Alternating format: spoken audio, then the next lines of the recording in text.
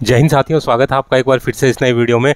दोस्तों, जैसा कि आप जानते हैं एसएससी दिल्ली पुलिस कांस्टेबल की वैकेंसीज निकली हुई हैं और एक्स सर्विसमैन के लिए टोटल 603 वैकेंसीज हैं, जिसमें से जो लोग कमांडो यूनिट से हैं उनके लिए जो अलग से वैकेंसी रिजर्व है। दोस्तों, इसको जो फॉर्म फिलअप करने की लास्ट डेट है वो 30 सितंबर 2023 है। जो लोग भी 12th पास हैं वो सभी इसमें अप्लाई कर सकते हैं। जो लोग सेना में हैं और अभी नौकरी कर रहे हैं और अगले साल 30 सितंबर 2024 से पहले रिटायर हो रहे हैं, वो भी एक्स सर्विसमैन कैटेगरी में अप्लाई कर सकते हैं। तो दोस्तों, आज के इस वीडियो में हम देखेंगे कि दिल्ली पुलिस कांस्टेबल के अंदर क्या क्या चीज़ें आएंगी, क्या क्या इसका सिलेबस होगा और किस प्रकार से इस एग्जाम को क्रैक किया जा सकता है। दोस्तों, सैनिकों से जुड़ी सारी खबरों को जानने के लिए सब्सक्राइब का बटन दबाएं और बेल आइकन को प्रेस करके ऑल का बटन दबाएं ताकि सारी लेटेस्ट जानकारी आपको मिले सबसे पहले। तो चलिए शुरू करते हैं वीडियो।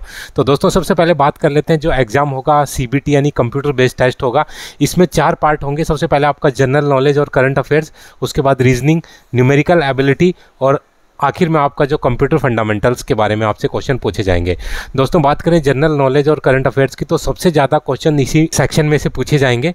इसके टोटल 50 क्वेश्चन होंगे जो कि 50 मार्क्स के होंगे। इसके बाद रीजनिंग की बात करें तो 25 क्वेश्चन होंगे 25 मार्क्स के।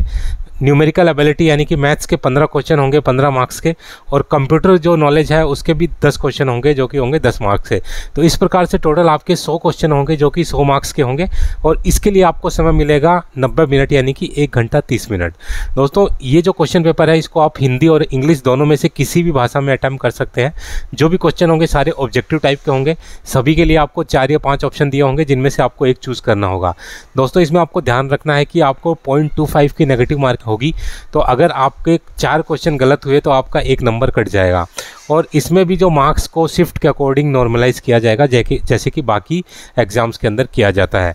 दोस्तों, इसमें बात करें कि मिनिमम कट ऑफ की तो एक्स सर्विसमैन को कम से कम इसमें 100 में से 25 मार्क्स लाने होंगे, तभी उसको आगे के जो भी एग्जाम होंगे उसका PET या PST होगा उसके लिए उसको कंसिडर किया जाएगा। अगर किसी एक्स सर्विसमैन के 25 से कम मार्क्स आते हैं तो उसको आगे की स्टेज के लिए कंसिडर नहीं किया जाएगा। तो दोस्तों, इसके बाद बात करते हैं कट ऑफ की पिछले साल की। तो यहाँ पर जैसे आप देख रहे हैं कि जो एक्स सर्विसमैन की कट ऑफ थी वो एक्स सर्विसमैन जो इकोनॉमिक वीकर सेक्शन थे उनकी कट ऑफ थी 25.11। उसके बाद जो SC कैटेगरी के थे उनकी थी 25.06, ST कैटेगरी 25.30, OBC कैटेगरी 39.92 और अनरिजर्व कैटेगरी 33.92। यानी कि जो कट ऑफ है वो 40 से नीचे ही है और जो भी कैटेगरी हैं EWS, SC, ST इनकी जो कट ऑफ है वो 25 मार्क्स के आसपास है। यानी कि जो लोग भी 100 में से इतने मार्क्स जिनके आए उनको नेक्स्ट स्टेज के लिए कंसिडर किया गया था। दोस्तों, इसके बाद बात करते हैं सिलेबस की। तो सबसे पहले हम बात करते हैं जनरल नॉलेज और करंट अफेयर्स की। तो ये सबसे इम्पोर्टेंट सेक्शन है क्योंकि लगभग 50% जो मार्क्स हैं वो इसी में से आएंगे। तो जो भी कैंडिडेट इसको फोकस करेगा, इसकी स्टडी करेगा, वो डेफिनेटली इस एग्ज़ाम में गो थ्रू हो जाएगा। दोस्तों, बात करें करंट अफेयर्स की तो आपको ज़्यादा नहीं, पिछले 6 से 7 महीने का करंट अफेयर्स पढ़ना है। तो आप किसी बुक्स का सहारा ले सकते हैं क्योंकि बहुत सारी बुक्स अवेलेबल है मार्केट के अंदर। लेकिन आपको ध्यान ये रखना है कि आपका जो एग्ज़ाम होगा 3 महीने बाद होगा, तो इसलिए आपको ध्यान रखना है कि इस साल का और इस साल में भी लगभग मार्च के बाद का आपको जो करंट अफेयर्स है उस पर ज़्यादा फोकस करना है। दोस्तों, बात करें जीके की तो इसमें कुछ एक इंपॉर्टेंट चीज़ें हम देख लेते हैं क्या क्या आती हैं।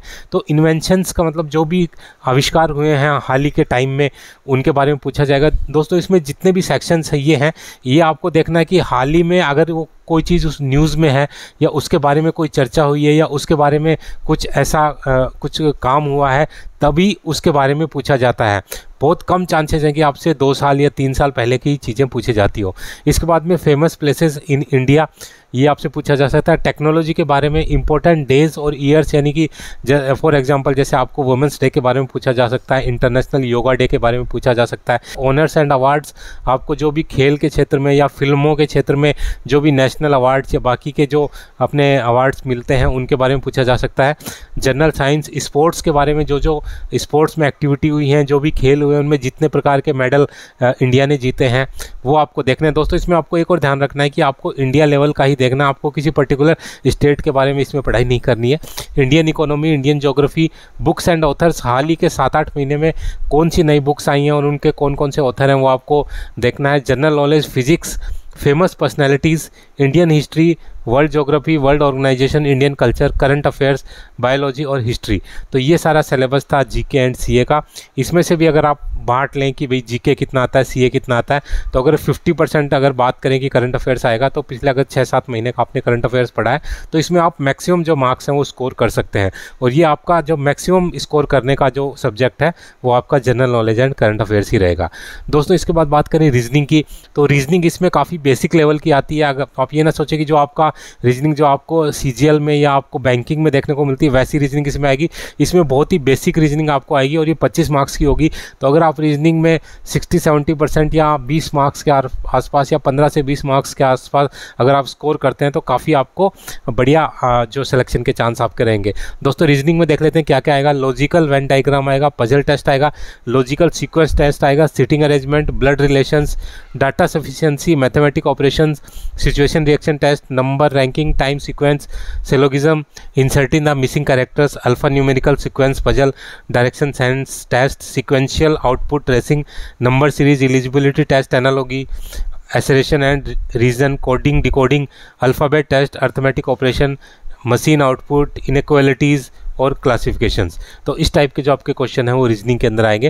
दोस्तों जो नेक्स्ट वीडियो आएगा उसमें हम रीजनिंग का एक पूरा पेपर सॉल्व करेंगे, जिससे कि आपको और क्लियर होगा कि रीजनिंग में किस टाइप के क्वेश्चन आते हैं। बाकी इसका जो सिलेबस का जो पीडीएफ है मैं लिंक में डाल दूंगा, आप उसको डिटेल में देख सकते हैं कि आपका जो सिलेबस है उसमें क्या क्या चीज़ें आने वाली हैं। दोस्तों इसके बाद बात करें क्वान्टिटी एप्टीट्यूड यानी कि मैथ्स की, तो मैथ्स सिर्फ 15 मार्क्स का है और इसका जो सिलेबस है बहुत लेंथी है, लगभग 42 टॉपिक्स है। तो मैं सजेस्ट नहीं करूँगा कि आप मैथ्स के ऊपर ज़्यादा कंसंट्रेट करें।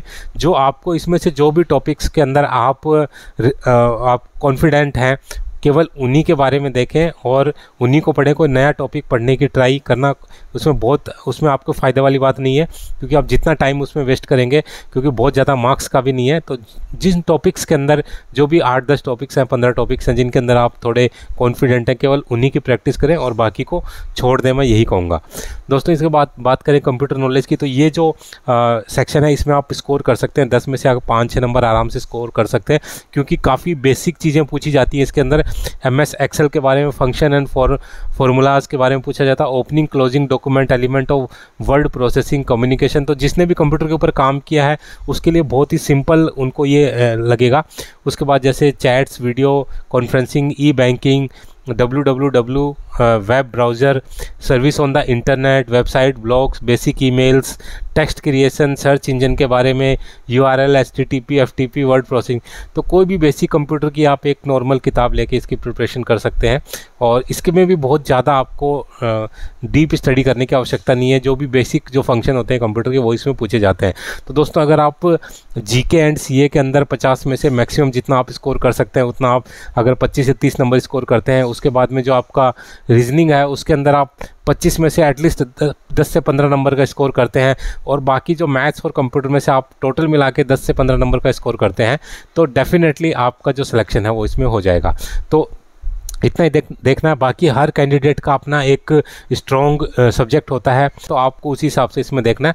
बाकी जो नेक्स्ट वीडियो होगा उसमें हम जो इसका जो क्वेश्चन पेपर है उसको सॉल्व करने की कोशिश करेंगे पूरा क्वेश्चन पेपर एक साथ। नहीं तो फिर हम सेक्शन वाइज जो भी जनरल नॉलेज में किस टाइप से क्वेश्चन पूछे जाते हैं और आपके जो कंप्यूटर के अंदर या आपके रीजनिंग के अंदर किस टाइप से क्वेश्चन पूछे जाते हैं उसको सॉल्व करने की कोशिश करेंगे।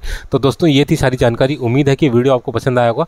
अगर वीडियो आपको पसंद आए तो लाइक, शेयर एंड सब्सक्राइब करना ना भूलें और बने रहे मेरे साथ इसी प्रकार के इंटरेस्टिंग वीडियोस के लिए। वीडियो बने रहने के लिए आप सभी का धन्यवाद। जय हिंद।